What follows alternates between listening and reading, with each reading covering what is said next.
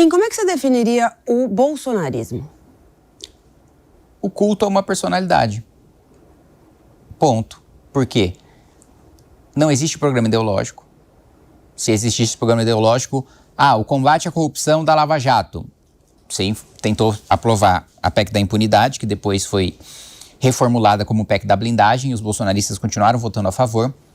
Você teve o Paulo Guedes furando o teto antes mesmo da pandemia, em 2019, né? E depois com a PEC Kamikaze também promovendo o mesmo populismo que eles diziam denunciar com o PT. Então, nenhum dos eixos, né? Nem mesmo o porte de arma, que o Bolsonaro defendia tanto, ele não aprovou uma lei sequer para promover o porte de arma. Ele mudou um decreto que qualquer outro presidente mudaria, como o Lula mudou. Então, assim, nem na pauta, que era a grande pauta dele, ele promoveu nenhuma alteração substancial, ele cumpriu a sua promessa.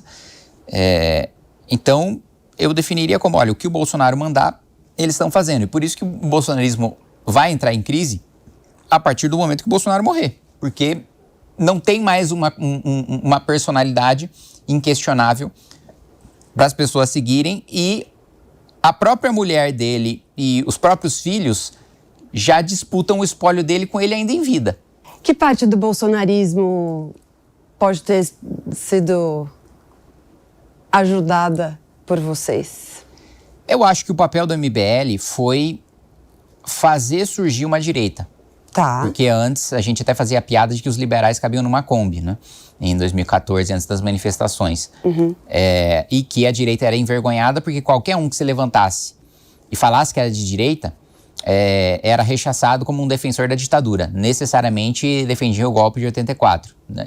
de 64, né? E a ditadura de 64 a 85. Era impossível você se dizer de direita sem ser acusado de ser defensor de ditadura antes das manifestações pelo impeachment.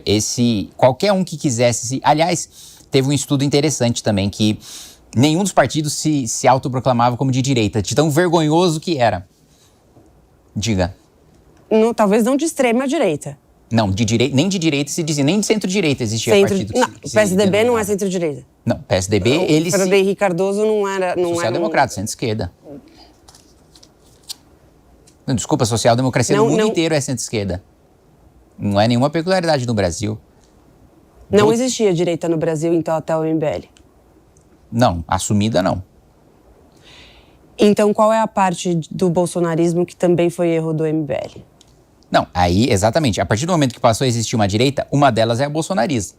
Aí entra, em parte, nossa responsabilidade, porque passou a existir um campo que não existia, que é a responsabilidade positiva, e a responsabilidade negativa, que dentro desse campo de bolsonarismo. Você acha que algum erro seu não foi cobrado na medida certa? Foi meio injustiçado?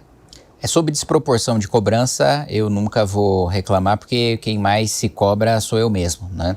Agora, em relação a ser cobrado por aquilo que eu não disse, por aquilo que eu não fiz, foi do episódio do Flow, né? Em que foi promovida uma campanha de linchamento midiático, né? Saiu no Jornal Nacional que eu estava fazendo apologia ao nazismo. Tentaram caçar meu mandato, e naquela época eu tinha acabado de subir na tribuna para chamar o Arthur Lira de ladrão na eleição para a presidência da Câmara. Ele colocou o PP para me caçar. Foi uma união do Arthur Lira com o Eduardo Bolsonaro, com o PT, para tentar me caçar utilizando esse episódio. E que, basicamente, até várias pessoas do Brasil tiveram primeiro contato com o meu nome com a acusação de que eu era nazista, né? Quando nunca foi isso que eu defendi. Quando, na realidade, o que eu disse foi o seguinte, que a maneira mais efetiva de você enfrentar o nazismo não é você proibindo o acesso às obras nazistas. É você jogando luz a essas obras para que as pessoas soubessem quão cruel, quão grave era aquele pensamento. Da mesma maneira como no Museu do Holocausto em Israel, você tem, né, os depoimentos, os escritos, até troca de comunicação entre os próprios nazistas, deles falando exatamente o que eles faziam, e a própria estética, a suástica enorme, né, dentro do Museu do Holocausto. Isso, na minha avaliação, é a maneira efetiva de você combater, não em prejuízo de você punir, de você prender. Exato, porque você até tem uma posição bem forte em relação a como deve funcionar a segurança pública e como você tem algumas posturas mais claras sobre punitivismo. Sim. Às vezes em relação à pena de morte, às vezes em relação à prisão perpétua, né, em casos até diferentes. Você fala muito do crime organizado para exemplificar isso.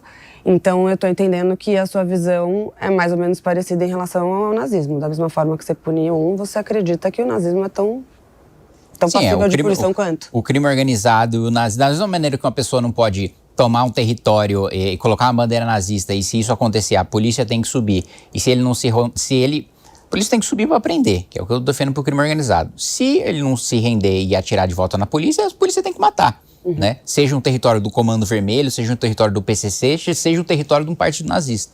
Kim, se pudesse, eu ficava aqui 4 horas falando com você. A gente encerrou o outro bloco falando um pouco sobre o caso do Flow. Em linhas gerais, você entende que alguma ideia não deve circular porque o fato dela circular em si já é uma violência? Sim, o nazismo e o crime organizado. Me chamou a atenção quando você se posicionou recentemente em relação à lei da misoginia. Você não acha que a misoginia é um tipo de pensamento desses que circulam e que só de circular já são uma violência? Vamos lá, essa é uma discussão mais complexa do que isso. Primeiro, eu sou contra de equiparar o racismo porque não é racismo, né? E a gente precisa tratar o racismo como racismo diferente de outras coisas porque são coisas diferentes. Esse é o primeiro ponto. Segundo ponto,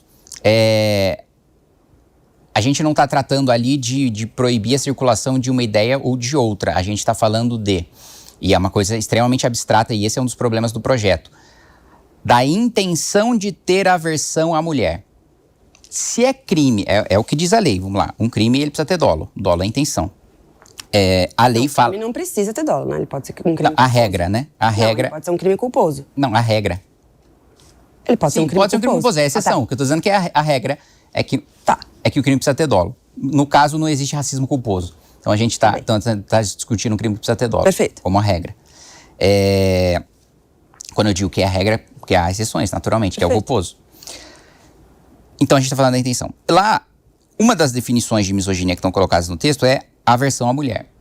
O que é ter a intenção de ter aversão à mulher? Você entende que é um conceito indefinido, que seria inadequado tanto para uma legislação comum, ainda mais para uma legislação penal?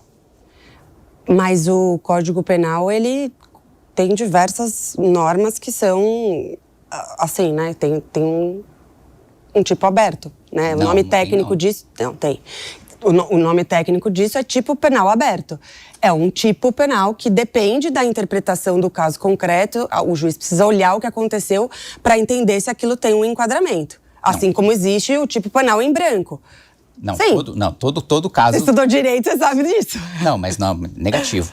O direito penal, ele tem interpretação restritiva. Não necessariamente, às vezes. Necessariamente, sempre. Não necessariamente. Isso é um princípio de direito penal. Olha só, o tipo penal precisa determinar o que é o crime, mas... E com exatidão, de maneira restritiva, porque a interpretação do direito penal é restritiva. A exceção do tipo penal aberto ou da norma penal em branco, não? Então dá 2 exemplos disso. Que é ato obsceno? Em regra, o juiz vai olhar para o ato que você teve e dizer, olha, não acho que isso aqui é um ato obsceno ou é um ato obsceno, entende? Mas eu não acho que esse nível de subjetividade caiba numa lei penal. Mas acontece, entende? Por que a gente só está se insurgindo contra isso agora? Tipo, então, na verdade, você é contra qualquer... Não acontece hoje, todos os conceitos que a gente tem hoje no Código Penal tem ou uma definição doutrinária muito clara, ou uma definição jurisprudencial muito clara, ou uma definição legal muito clara, que é a regra. Aversão à mulher, não. Se hoje, vamos lá, hoje, eu impedir uma mulher de entrar no meu estabelecimento porque ela é mulher, já é crime. Se hoje eu ofender uma mulher por ela ser mulher, já é crime. Se hoje eu não contratar uma mulher por ela não ser mulher, já é crime. Se você falar pra mim, vamos endurecer as penas desse crime, ótimo, conte comigo. Agora, você colocar na lei que intenção de ter aversão à mulher é crime, aí... E eu vou dizer outra coisa pra você. Um problema de tipo penal subjetivo é o feminicídio, que é você matar uma mulher pela sua condição de ser mulher. Vou te dar um exemplo concreto. Se eu mato um homem, se uma mulher mata o marido porque ele traiu, é homicídio. E ele vai cumprir a pena de homicídio. Se um homem mata uma mulher porque ela traiu, ele vai responder por feminicídio, uma pena maior. A motivação é a mesma, é um crime passional. A mulher matou o homem porque ele traiu, o homem matou a mulher porque ela traiu. Porque no feminicídio... A diferença é que as mulheres não matam homens porque eles traíram. Desculpa, tem caso concreto, sim. Pode não ser a regra, pode ser a exceção, mas tem caso concreto, sim. Kim, as mulheres não matam porque foram traídas. As mulheres, inclusive, perdoam traição com facilidade. Tá, eu posso te trazer 200 exemplos. A raiz dessa questão que você está colocando de por que, em regra, você vai considerar, né, um feminicídio quando o marido mata a mulher por traição? Porque isso tem uma raiz muito clara, histórica, em relação à opressão, em relação ao patriarcado, em relação ao como a mulher não pode se portar de jeito XYZ. Então, isso tudo leva para este raciocínio de que... Um dos princípios do direito penal é a individualização da pena. Tudo bem. Se na era medieval, o homem trair a mulher, né, era uma coisa, sei lá, normal, aceitável... Se existe a cultura do patriarcado, se qualquer coisa aconteceu na história, não é razão para que hoje, no caso concreto, num tipo penal, alguém tenha pena maior ou tenha pena menor.